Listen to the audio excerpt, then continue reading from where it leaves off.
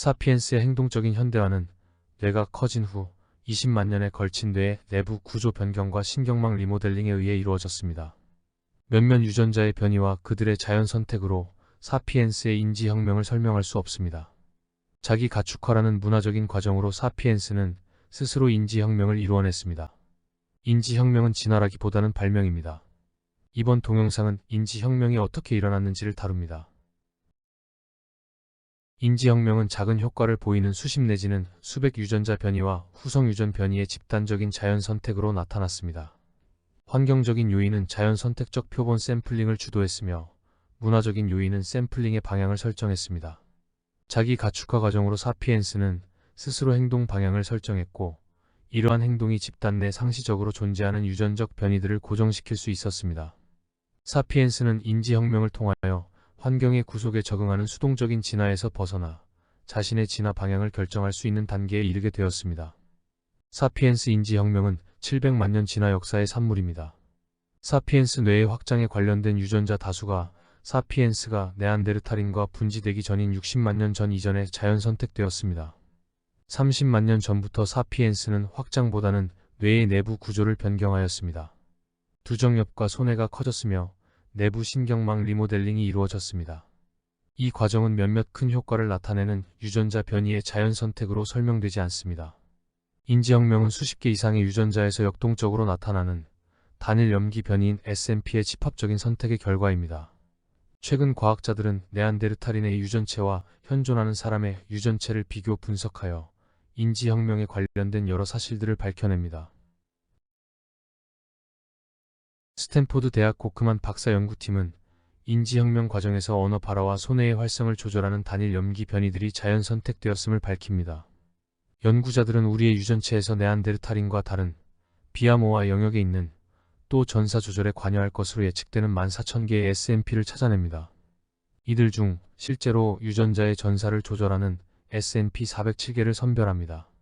코크만 박사팀은 이들이 발성기관인 성대의 유전자, 그리고 운동 조절과 언어 및 사회성에 관여하는 손해의 유전자 조절 부위에 집중되어 있다는 사실을 알아냅니다. 놀라운 결과입니다. 사피엔스 두개골 모양 변화는 손해의 확장과 함께 한다는 화석 연구 결과를 분자유전학적으로 증명한 것입니다. 환경 효과를 반영하는 후성 유전 변이 역시 사피엔스 인지 혁명에 영향을 주었습니다. 코크만 박사는 네안데르탈인 유전체와 사피엔스 유전체를 비교하는 연구의 전문성을 가지고 있습니다. 특히 후성 유전적 변이, 즉 고대 DNA에서 메틸화 흔적을 찾아내어 분석하는 데 있어서 타의 추종을 불허합니다. 그는 2014년 예루살렘 히브리 대학 재직 중에 고인류학계를 깜짝 놀라게 한 연구 결과를 사이언스에 발표합니다. 이어서 2017년 고크만 박사는 네안데르탈인과 데니소바인의 특정 유전자의 과메틸화에서 심한 영양 결핍의 흔적을 알아냅니다. 2020년 고크만 박사는 사피엔스의 성대와 얼굴뼈에 발현되는 유전자에서의 DNA 메틸화 정도는 네안데르탈인의 그것보다 더 많이 되어 있음을 밝힙니다. 어떤 환경 조건에서 사피엔스와 네안데르탈인의 발성기관에서 다른 정도로 DNA 메틸화 표지가 새겨질 수 있을까? 아마도 힘든 고난의 시기를 넘기는 과정에서 사피엔스와 네안데르탈인은 사회적 소통 면에서 차이를 보이지 않았을까 합니다. 사피엔스는 지구를 덮친 여러 번의 빙하기에 살아남는 과정에서 인지 능력을 향상시켰습니다. 지구의 공전 궤도는 10만 년 주기로 원형에서 타원으로 바뀌며 지구의 자전축 자체가 요동을 칩니다. 또 자전축의 기울기가 공전면 수직 기준 최소 21.5도에서 최대 24.5도 사이를 4.1만 년 주기로 왔다 갔다 합니다. 이러한 요인들이 지구 태양열 흡수에 주기적인 변화를 주어 지구에는 빙하기와 간빙기가 반복됩니다. 그런데 100에서 80만 년 전을 기점으로 빙하기는 더욱 오래 지속되고 기온도 더 많이 떨어집니다. 사피엔스의 행동적 현대화의 중요한 시기인 20만 년 전에서 13만 년 전 사이 빙하기는 장기간으로 아주 혹독했습니다. 13만 년 전 최절정기에는 말라위 호수물이 말라 20분의 1 정도만 남았다고 하니까요. 심한 환경 실현으로 인하여 12만 년 전 즈음 사피엔스는 인구 병목을 경험합니다. 아프리카 대륙 전체에 남아있는 인구수는 2만 명 정도. 이들은 소수의 집단으로 분리되어 있었기 때문에 실제 짝을 찾아 후손을 남길 수 있는 유효 인구수는 2,000명 정도였습니다. 집단의 구성원이 적을 때 유전적 부동을 겪어 집단에서 발생한 돌연 변이가 빠르게 고정될 수 있습니다. 그 변이가 뇌신경망 구성에 조그마한 차이를 주어 열악한 환경에서 생존 기술을 터득하게 하는 변이라면 더욱 그렇습니다. 10만 년 전에 빙하기가 끝나기 시작하고 살기 좋은 시절로 되돌아갑니다. 환경 시련을 극복한 기술 장인들은 높은 생존력을 발휘하여 수를 불립니다. 급격히 늘어나는 인구는 수렵채 취인에게 먹거리를 찾아 계속 이동하게 하였고 결국은 아프리카 이외의 장소를 모색합니다. 지구 곳곳에 퍼지는 과정에서 사피엔스는 점점 똑똑해져 생존 괴물이 되어버립니다. 이후 지금까지 사피엔스는 그들의 의도대로 지구를 마구 바꿉니다. 비단 물리적 환경만이 아닙니다. 생물 환경에도 사피엔스의 의도가 적극 반영되어 현재 육지 포유 동물의 생물량을 따져보면 인간은 36%, 가축은 60%를 차지합니다. 야생동물은 겨우 4% 정도입니다. 초기 사피엔스는 어느 시점에 스스로 길들이기 과정에 들어갔기 때문에 형태적 현대화와 함께 행동적 현대화를 이루었다는 가설이 있습니다. 야생동물은 가축화될 때 행동 변화와 함께 신체 변화가 나타납니다. 가축화 과정에서 동물은 사람으로부터 먹이를 얻기 위해 친밀하게 굴고 기다리며 참습니다. 두려움이 줄어들기에 공격성이 감소됩니다. 이때 신체 변화도 같이 일어나는데 이마가 튀어나오며 얼굴이 작아지고 이빨도 작아집니다. 외모가 어려지고 암컷화되는 것이죠. 듀크 대학의 헤어 박사는 사피엔스 화석을 살펴보면 이러한 변화가 보인다는 점을 근거로 내세운 가설입니다. 인간은 자신이 속한 집단의 사람들에게는 우호적이지만 다른 집단의 사람들에게는 배타적입니다. 집단 사이에 반목이 있을 경우 집단의 내부 결속력을 높여야 했습니다. 그러기 위해서는 구성원은 서로 친절해야 했고 참을성을 키워야 했고 공격 성향을 줄여야 했습니다. 자기 가축화를 통한 공격성 순환은 협력의 대상을 한참 넓혔습니다.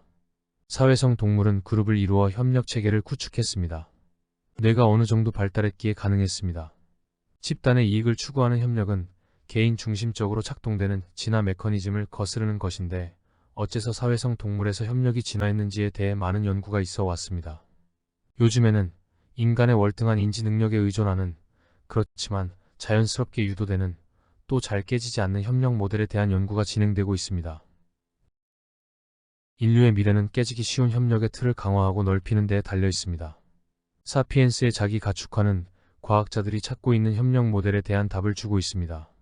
뇌가 어느 정도 발달한 침팬지도 자기 가축화로 공격성이 순화된 보노보로 진화하였는데 보노보는 협력의 확대까지는 이루지 못했습니다. 그런데 사피엔스는 둘 다 성취했습니다. 월등한 인지 능력, 특히 언어 구사 능력 때문입니다. 하버드 대학의 진화생물학자 리처드 랭엄은 그의 저서 더 굿니스 파라독스에서 인간의 공격성에는 두 유형이 있고 각각은 서로 반대 방향으로 진화해 왔다고 말합니다. 하나는 반응적 공격성으로 위협에 대해 즉각적으로 대응하며 분노나 공포 같은 강한 감정을 수반합니다. 다른 하나는 사전에 계획하는 주도적인 공격성으로 높은 인지 능력이 필요하며 막상 공격 시점에서는 대체로 침착한 상태에 있습니다. 사피엔스는 자기 가축화를 통하여 반응적 공격성을 줄였지만 자기 그룹과 타 그룹을 나눔으로써 주도적 공격성을 늘렸습니다. 뒷담화를 통한 폭력적인 남성 제거가 협력의 폭을 확장시켰습니다. 인간에게서 반응적 공격성이 감소하면서 주도적 공격성은 강화되었는데 여기에는 언어가 결정적인 역할을 했습니다. 서로의 생각을 공유할 수 있는 수단이 없다면 서로 모의해서 폭력적인 우세한 적을 없앨 수는 없는 일입니다. 자기 길들이기와 반응적 공격성의 약화, 그와 더불어 주도적 공격성 강화는 30만 년 전 호모 사피엔스가 출현하면서 언어를 기반으로 한 음모 행위가 핵심적 역할을 했던 것입니다. 그러니까 우리의 천사 같은 그리고 악마 같은 성향은 언어에 의해 가능해진 셈입니다. 최근 옥시토신이 수컷 생쥐의 친사회성과 동시에 극도의 공격성을 야기한다는 사실이 밝혀졌습니다. 가출산한 동물은 주변 환경에 매우 예민하게 반응하는 것을 보아 옥시토신의 양면성을 쉽게 이해할 수 있습니다. 우리는 자신이 소속된 집단에는 애정과 동료의식을 나타내지만 적대적 관계에 있는 집단에 대해서는 심한 편견과 적개심을 보입니다. 높은 적개심은 상대 집단을 인간이 아닌 존재로 간주하여 평소보다 잔인한 행동을 거리낌없이 하도록 만듭니다. 남의 마음을 헤아리는 공감 능력은 자칫 남의 생각이나 행동을 근거 없이 넘겨짚어 적개심을 부추깁니다. 사피엔스 인지 능력 향상의 역기능입니다. 형태가 기능을 결정한다는 자연과학의 명제에 따르면 뇌가 형태적 현대화를 이루면 행동적 현대화는 자연히 따라옵니다. 사피엔스는 큰 뇌를 가지고 등장했습니다. 뇌의 형태는 20만 년을 걸쳐 둥근 형태로 바뀌어 10만 년 전 즈음 지금의 모습을 갖추게 됩니다. 사피엔스는 스스로 길들여가는 과정에서 행동 변화가 있었고 행동의 변화가 형태의 변화를 가져왔다는 가설이 있습니다. 라마르크적 발상이라고 무시해버릴 수 없는 담론의 주제입니다.